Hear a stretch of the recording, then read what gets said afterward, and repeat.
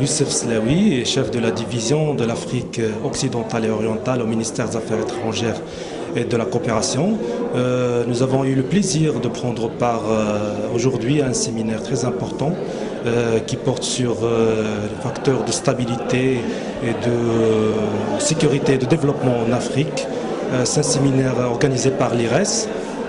Et c'est un séminaire auquel nous avons été conviés et nous avons accepté cette invitation parce que nous croyons au ministère que l'interactivité entre les institutionnels et les think tanks est très importante et ne peut qu'enrichir notre expérience commune qui tend vers le perfectionnement et la performance de notre diplomatie marocaine.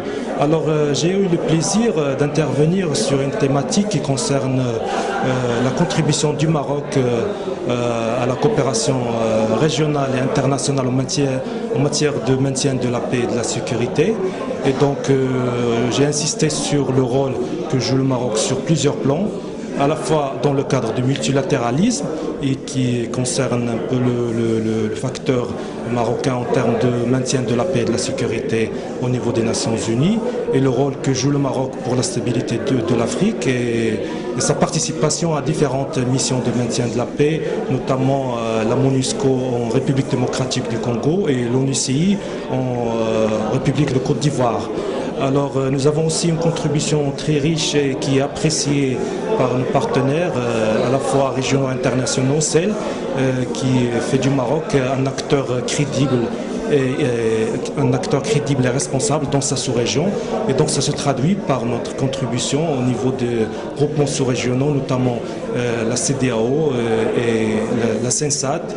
Et puis le volet bilatéral, bien sûr, qui a été confirmé par la constitution marocaine avec l'Afrique. Donc l'Afrique aujourd'hui constitue notre priorité en matière de politique étrangère du Royaume du Maroc. Nous avons toujours préconisé une coopération sud-sud dynamique, solidaire et agissante.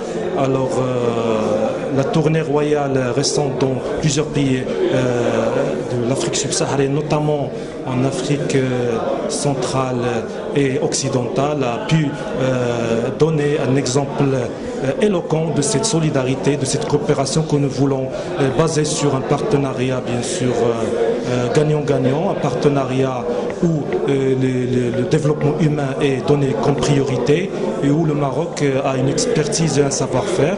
Et donc ça couvre pratiquement tous les domaines liés au développement et à l'essor économique de notre continent africain.